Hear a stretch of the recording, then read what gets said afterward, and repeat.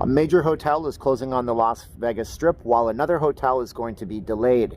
We have an idea about sports in the future in Las Vegas for the next 6 to 9 months. We got that straight from the owner's mouth in one case. We know where most of the coronavirus-related complaints come from in the state, and it probably won't shock you. And MGM Resorts International seems to think that there's some big things coming up. So do the casinos know more about what might be happening in terms of a complete shutdown than we do? Those are some questions we're going to answer in a news update today. How's it going out there, YouTube? My name is Steven and I am not leaving Las Vegas. I'm a Vegas blogger and I hope you guys enjoy the channel and you get your news updates and you guys might tune in for that. I'd like to bring you guys news. I give you guys little documentary style vlogs on the city. We also do live streams here. We do a lot of videos on the channel, so I hope you guys would like, share, subscribe, hit the bell for the future notifications so you guys will know when I'm going to be doing a live. I'll be doing one from the studio tonight, so you can check that out. We also have other places you guys can talk about Vegas. We have the Not Leaving Las Vegas Facebook group. You guys can reach out there. That would be supportive too. But you know, just doing those YouTube actions, if you guys have an account, which you really should, because then you can know when I do my videos, that helps YouTube know that I should be shared with others. You don't have to do a thing. Just like, share, subscribe, and leave us a comment below. Do you think that the casinos know more than we do about what's coming? Do you think they're tied into the governor? Do you think that they know what's going to happen before it even happens? Because some of their actions right now are foreshadowing some stuff. And foreshadowing, you know, the literary term when we know what's going to happen in the story before it actually happens in the story. But yeah, if you guys want to support further, we have the Patreon and YouTube channel memberships. You can just get your name in the credits, all that kind of stuff. We also have VegasFaceMask.com. The only two masks you'll ever need. These ones here are made by my wife. You guys can get those on VegasFaceMask.com, no S at the end. They are free shipping, and we also ship international too, so that would help the channel as well. So yeah, we have a major hotel that's going to be closing on the Las Vegas Strip. We'll tell you guys about that in just a moment. But we also have some other big news in town. So first of all, big news number one, the Virgin Hotel is delayed indefinitely. You know, the Virgin Hotel used to be the Hard Rock Hotel. Yep, Virgin Hotel. Virgin Las Vegas. It sounds like the name of a drink that would probably exist once the Virgin Hotel opens. I'm sure they'll have a signature drink. But the story of the Hard Rock Hotel, bought out by Richard Branson, transitioned into the Virgin Hotel, it's basically finished. If you go past the property right now and you kind of look over the fence, you'll see it's pretty much done. It was actually supposed to be open in November. They originally, before the shutdowns even happened, talked about a November opening, possibly as late as January. They wanted to get that AVN Expo crowd. I'm not going to tell you what the AVN Expo is about, but if you Google that thing, don't do it with children in front of you. Trust me on this. You will hate me forever if your kids see what the AVN Expo is all about. But it's a big convention that happens every single January. When it became obvious that they were going to have these restrictions, they said, okay, well, we're not going to open up we're not going to open in September or November. First it was September, then it was November. We're going to open in January, and then January's kind of gone, and now we have indefinite hold on the openings. So eventually they will open, I'm sure of it, unless Richard Branson decides to sell the property to somebody else and it changes names at the last minute. I could totally see that happening. I hope it doesn't, because everybody was looking forward to the Virgin branding. A lot of people from the UK were getting some amazing travel deals by flying Virgin Airways and coming over, Virgin Atlantic and coming over. So we'll keep an eye on the Virgin Casino. As for that other casino that's closed, we'll get to that in a minute, because it is on the Strip, which are the 2 zip codes with the most amount of coronavirus-related complaints. Now, notice I didn't say cases. We said complaints. Yeah, we have more coronavirus-related complaints in these zip codes than anywhere else, meaning that we have people that call in and say, hey, so-and-so at this hotel or this property or this store isn't wearing a mask, or I saw a guy use the bathroom and not wash his hands. Ew, that's kind of gross. Well, the 2 zip codes that encompass McCarran International Airport and Las Vegas Boulevard, the Strip, have seen the most amount. 7% of all of the complaints in the entire state, and they've had over 5,400 since they started lodging these kinds of things back in May, before May, I believe, they come from the Strip. Now, the casinos are the biggest offender on the Strip. They're actually not the biggest offender in the entire state, as you might think, because there is still more retail shops and restaurants than there are casinos across the entire state of Nevada. But these 2 particular spots in Las Vegas encompass the most complaints. Now, it doesn't mean that they have the most violations. It means they have the most complaints. It means that somebody called and the state investigated, and maybe the state found something and maybe they didn't. So it begs the question, is it even safe to visit the Strip? Well, I've told you guys my opinion on this before, and whereas some of you think I'm just a cheerleader for the city telling you to come here and putting you into harm's way, that's up to you. I'm not here to tell you what to do with your travel time or your travel money. However, if you do come here, you should wear a mask. You can get them from the casinos for free, or we can do from VegasFaceMask.com. You should, hand sanitize and stay away from people. And if you touch doors and things like that, you should be really careful not to touch your face.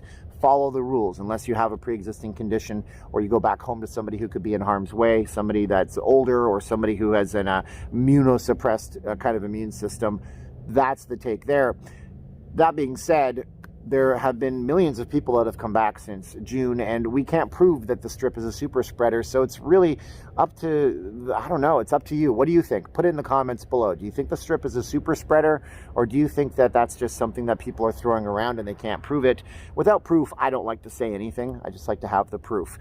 Proof in the pudding on the sporting world is that right now, Bill Foley, the owner of the Las Vegas, or the Vegas Golden Knights, I almost said Las Vegas, that's not quite right. Vegas Golden Knights owner Bill Foley says that yes, we will likely have sports in Las Vegas. We just won't likely play in front of any crowds. This guy is, of course, an owner, so he would be tuned in with everything that's happening at a high state level. He would also be talking to the National Hockey League. He has his ear as down to the ground as possible. He sometimes says things that I don't think he should say by accident, but this was pretty on purpose. So yeah, if the NHL starts playing again, it would likely be February if they play at all. If this drags out and they don't have a deal to go back to hockey, we might miss the entire next season. Who knows? They won't be playing in front of fans, apparently. That might not be the whole season. We'll have to see how the vaccines and how everything goes with the numbers, because we're sure in a bad position right now. I wouldn't want to see fans at those games right now, personally. What about you? Would you go to a sporting event right now? Would that be something you would do? You think I'm crazy in asking, but a lot of people are doing it. Look at that. Look at Texas. They got that NFR with limited capacity. Speaking of sporting, Speaking of sporting, almost did it without my asthma flaring up. We have the Raiders obviously playing in Vegas to no fans, but we also have the possibility of the LA Rams and the LA Chargers coming to Las Vegas to play a few of their games. Big old restrictions in Southern California means that they might be coming to Las Vegas to play games, just like how the San Francisco 49ers are going to Arizona to play some of their games. Will they play in front of fans? Heck no. Does it mean that some people from SoCal might come here to watch their teams? It's possible. Yeah, they might come in here. They might go to the stadium, Allegiant Stadium, and do like a tailgate parking lot thing, and people do that when they play, and even though they can't get in, it's just a fun time, I guess, because you got to have some fun in life, don't you? Don't you? I know. We're going to get to that hotel that's going to be closing on the Strip in just a moment, but MGM Resorts International is doing a big old shakeup of their properties right now, of their upper management of their properties right now. They did take $750 million of capital that they got from an investor. I believe that was the gaming transaction, but if you guys know more details, leave it in the comments below. And they're saying that the new people in the new positions, they're going to have a responsibility, this is what analysts are saying, of minimizing costs. Hopefully that doesn't mean employees, and maximizing any amount of profitability they can with that $750 million infusion from investment money that they had.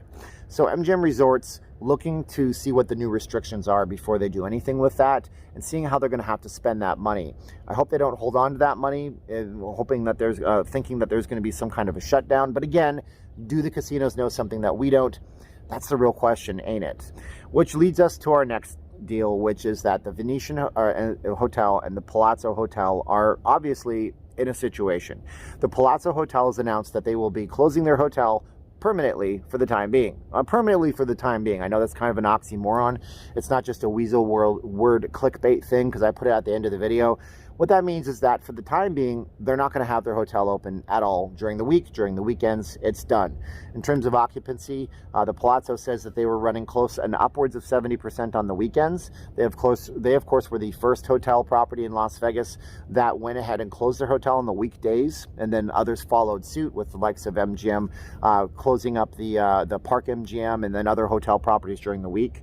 But with that, they said that there's just not enough capacity to keep it open right now, and they're closing up that hotel at the Palazzo on 7 days a week. Now, what does this mean if you have reservations at the Palazzo? This means that you're going to be put at the Venetian.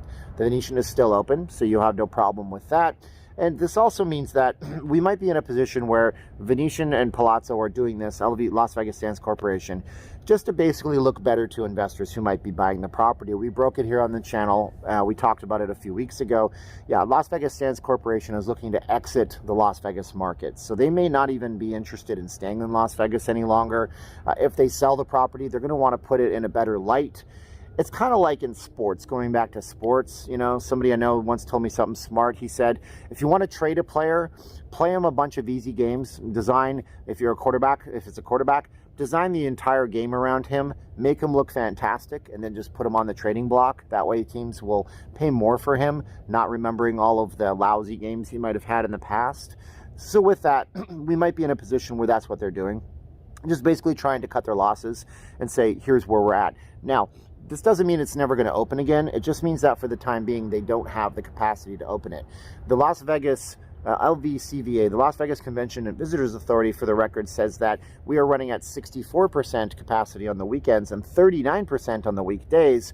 But then we have to ask the question, is it 64 and 39% of what exactly? Is it of the 50% capacity we had until 2-3 weeks ago when the governor cut us down to 25% capacity? And if it's 69% capacity of 25% capacity, those are math problems I don't even know how to do. A train leaves LA at 7 in the morning and one leaves Chicago at 2 in the afternoon, and they're both traveling at X amount of miles per hour, and when do they meet? Those are math questions that I was never very good at. So we don't know what the real stats are. It's private business. They don't have to tell us. They tell us enough because there are people that invest in those things, and they do have, you know, to tell us only so much.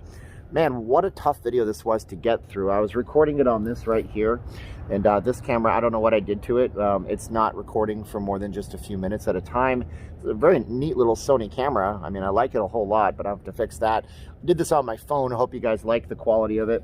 I don't like bringing you the news. It's also a tough video to do when I have to bring you this kind of news because it's never great news, you know. But with that, we have to tell people what's happening, don't we? If they don't know, you know, we're in darkness, and when we're in darkness, we don't know what we don't know, and that's a problem for us. So once again, I want to hear your comments in the box below. Make sure you subscribe to the channel, hit the bell for the notifications, because I will be on live tonight. We'll do it from the studio tonight, so we'll have a nice little Q&A shootout that we always like to do. High energy chat. You're going to like it. Just join us over there. And yeah, I want to hear your thoughts below. Hit us up on Facebook and the Not Leaving Las Vegas group. You guys can do the VegasFaceMask.com thing, 2 for $25. If you guys want to do that, buy one at $25, get one free. We have lots of different stuff there. You're going to like the masks. Now's the time of the video where I say thank you for watching. You're the best part of my morning. Get real close. Say 3, 2, 1, click. Oh, by the way, my wife bought me this. I love this jacket. It's killer. It's perfect. It's 47 degrees right now. It's December. I'm from Calgary, Alberta, Canada. It's freezing cold there half the time. I can't complain. All right, I got to go. I love Canada. I just don't like the weather. Don't get mad at me, Canadians. We're going to say 3, 2, 1, click. 3, 2, 1, ready? Get real close. Look at the camera. It's over here. And say, click.